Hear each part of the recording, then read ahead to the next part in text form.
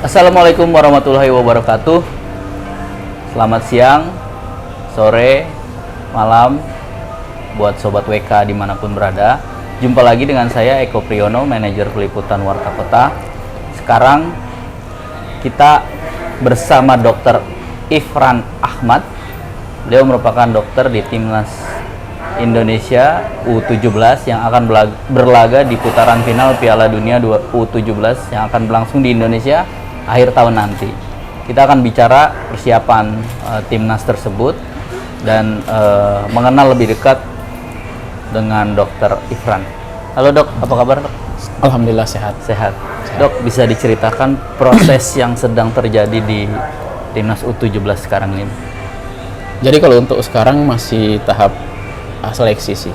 Mungkin fase akhir dari tahap seleksi sendiri, karena dari kemarin kan udah ada sekitar 60 anak juga dari setiap daerah dikumpulkan di Jakarta untuk diseleksi, dan sudah terjaring beberapa anak, dan mungkin dari pelatih lebih tahu kapan proses seleksinya akan berakhir, karena masih bongkar pasang mencari yang terbaik sih.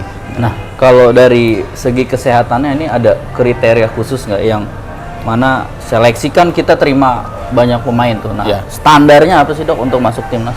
Kalau dari segi teknis mungkin urusan pelatih, tapi kalau dari segi kesehatan sendiri kemarin saya lihat memang tinggi dulu. Ada yang mengutamakan tinggi 170 minimal tinggi, kemudian kalau dari segi kesehatan sendiri itu harus sehat dulu. Karena bugar bisa dibangun, kalau sehat itu kan tidak bisa dibangun. Jadi sehat dulu, dia tidak punya riwayat penyakit kronis, dia tidak punya riwayat penyakit bawaan seperti itu. Misalnya seperti asma, kemudian misalnya hepatitis, apalagi sampai dengan HIV mungkin seperti itu. Itu yang perlu kita hindari, karena akan berisiko terhadap pemain itu sendiri, juga terhadap teman-teman di timnya termasuk kami gitu. Jadi sebelum pada saat awal seleksi itu memang kita lakukan pemeriksaan medical check up secara keseluruhan, pemeriksaan kesehatannya, kemudian pemeriksaan riwayat cederanya, kemudian riwayat penyakit dan segala macamnya, serta didukung dengan pemeriksaan laboratorium kompleks. Jadi sudah ada di situ ketahuan nanti, termasuk zat psikotropik. Siapa tahu mereka ada penggunaan zat-zat psikotropik seperti itu. Jadi kami sudah melakukan tes-tes seperti itu untuk kriteria-kriteria dari segi kesehatannya sendiri. Jadi kalau ada yang tidak memenuhi, itu akan jadi pertimbangan untuk tidak melanjutkan, mungkin seperti itu sih. Dokter kan sudah 9 tahun ya kira-kira berkecimpung di sepak bola nasional atau timnas. Nah, pernah ada nggak sih temuan ketika medical check up, wah ternyata pemain ini punya riwayat penyakit yang yang tidak bisa melanjutkan ke tahap berikutnya? Iya, ada. Mungkin yang paling familiar di kalangan atlet sepak bola itu ya salah satunya hepatitis. Jadi hepatitis. Jadi dulu ada saya ingat banget. Jadi ada dulu sekitar beberapa tahun yang lalu, itu ada salah satu pemain, setelah kita lakukan pemeriksaan laboratorium dan ternyata dia positif hepatitis. Akhirnya pelatih kepala untuk mengambil kebijakan setelah berkonsultasi dengan kami sebagai tim dokternya dan tim medisnya untuk memulangkan pemain.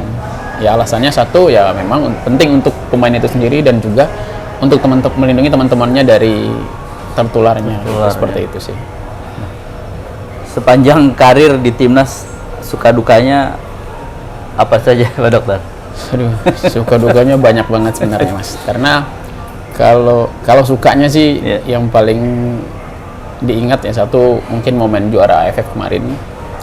Momen juara AFF, tapi yang paling berkesan itu waktu pertandingan kita timnas U19 lawan Jepang di GBK.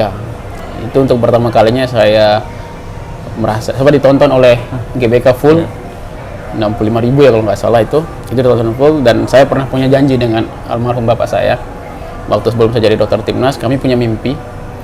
Jadi mimpi kami itu suatu saat kita harus nonton timnas main di GBK. Itu waktu saya pertama kali jadi dokter. Nanti kita harus ke sana, kita harus nonton sama-sama.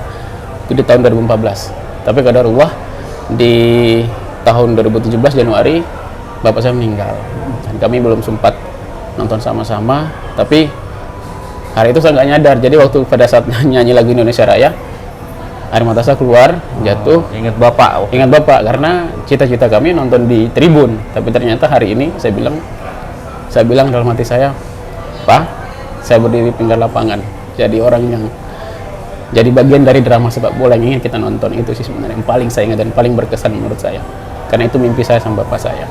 Wah, itu berarti situasionalnya. Iya, itu sangat, saya nggak apa ya, tiba-tiba kok saya merasa bapak saya di samping saya saat itu yang paling saya ingat. Itu sih sebenarnya Mas, yang paling berkesan. Kalau momen yang terbaik banyak, salah satunya ya juara AFF kemarin bersama AFF tim itu yang di Jogja. U17 U16 ya? U16 ya? Di Oke. Jogja. Bukan yang di Indra Safri kemarin ya? Bukan. Yang U23 kan? Bukan. Oke. Kalau sebelumnya saya udah 4 kali Mas, itu di peringkat ketiga terus. Akhirnya saya penasaran sebenarnya kenapa sampai sekarang saya bertahan juga, karena kok pengen juara gitu. Itu sebenarnya mimpi saya juga salah satunya, pengen juara bersama timnas gitu. Jadi tidak kesampaian di kelompok umur yang lain, alhamdulillah kemarin kesampaian di U16. Ternyata mungkin salah satu faktornya adalah setelah saya menikah mungkin. Karena saya menikah, rezeki berarti. Rezeki istri saya ya Mas. Karena dia datang nonton dan saya juara. Dia datang nonton dan kami alhamdulillah juara waktu itu. Nah sebelumnya 5 kali itu juara 3 terus Mas, mulai dari U19, U16, U22, bahkan SEA Games terakhir yang kita sama Sintayong 2022 itu kita peringkat ketiga, menang adu penalti lawan Malaysia. Itu sih yang paling itu. Banyak sih Mas kalau suka dukanya. Kadang ngelihat pemain jauh dari orang tua, terus mereka kadang butuh kadang mungkin ini mungkin juga pesan untuk para pelatih sih, terkadang kita lupa kalau mereka ini anak-anak ini ya untuk kelompok umur sendiri ya, anak-anak ini sedang jauh dari orang tuanya. Yang mereka butuh itu bukan saja sosok seorang pelatih, tapi butuh sosok seorang bapak, seorang ayah, seorang bapak dan ayah lah pokoknya untuk mereka. Jadi kadang mungkin ada hal-hal yang harus kita mengerti bahwa ya kadang mereka mungkin butuh waktu untuk me time seperti itu, yang iya udah ibaratnya kayak anak kita, kayak kita ngasih mereka waktu untuk di kamar seharian, udah mereka terserah mau ngapain itu di kamar gitu, nggak melulu soal taktik, soal bola itu ya, mungkin yang perlu juga. Jadi tapi sejauh ini alhamdulillah semua pelatih sih ngerti untuk itu, tapi kan ini lagi kan tergantung anaknya juga, karena latar belakangnya mereka, terus orang tuanya mereka seperti itu sangat menentukan juga. Ada yang siap, ada yang kuat, tapi ada juga beberapa yang rapuh. Terkadang tidak menutup kemungkinan loh Mas, bahkan pengalaman saya pernah ada salah satu anak dia pemain top menurut saya, tapi pada suatu waktu di minggu terakhir latihan itu dia mainnya jelek banget. Terus Dibilang cedera juga enggak, kami konfirmasi kamu ada keluhan apa, terus ada masalah apa. Ternyata setelah dikonfirmasi satu hal, hanya ada satu masalahnya, dia kangen orang tuanya. Apalagi kalau untuk kelompok umur kan kadang kita teksnya agak panjang kan, seperti itu sih. telepon atau video call tuh nggak cukup ya Mas? Ada mungkin ya itu tadi balik lagi, kadang-kadang anak-anaknya beda kan, mungkin mereka ada butuh mungkin kayak physical touch atau gimana gitu. Itu mungkin itu yang harus kita mengerti juga. Kadang kita ya tim medis kayak jadi tempat sampah sebenarnya. Jadi mereka anak-anak cerita apapun, jadi mereka ke ruang medis itu datang cerita, udah apapun yang udah mereka keluarkan gitu. Karena kita nggak pernah menganggap mereka sebagai seorang, kalau saya pribadi dan tim medis saya itu nggak pernah menganggap bahwa kami itu gue dokter nih, aku dokter nih, terus kalian itu enggak. Tapi kami selalu menganggap kami ini saudara kalian atau kami ini abang-abang kalian. Jadi kalian mau cerita apapun, insya Allah kami welcome gitu. Jadi sampai urusan-urusan kecil pun mereka cerita gitu. Akhirnya akhirnya kami tahu bahwa ini anak ini yang sudah dibuktikan sekarang adalah ini. Jadi gitu ya, itulah salah satu peran juga yang kami lakukan di tim ya, memberikan input sama mereka bahwa ini sebentar, kita harus lebih kuat lagi. Nanti kalau kamu sudah bisa ngelewatin ini, insya Allah nanti kamu akan sukses. Saya bilang gitu. Banyak sih. Kalau Pak Dokter nih lebih atau punya pemain yang sangat dekat dengan Pak Dokter, siapa itu?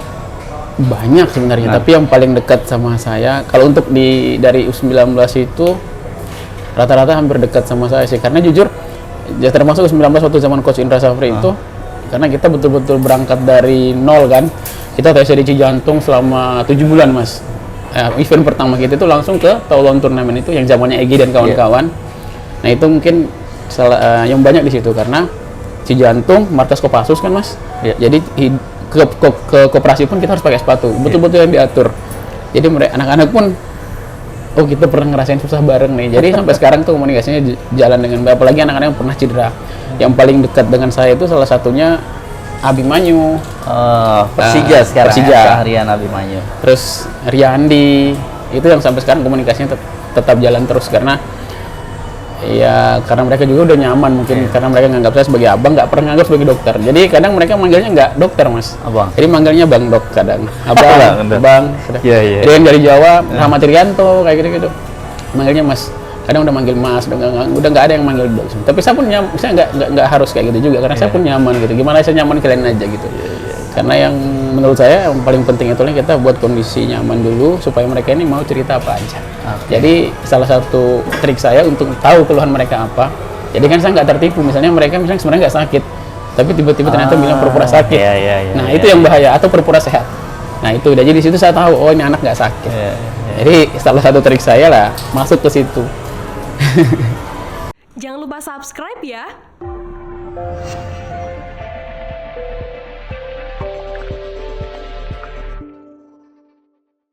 Jangan lupa subscribe ya.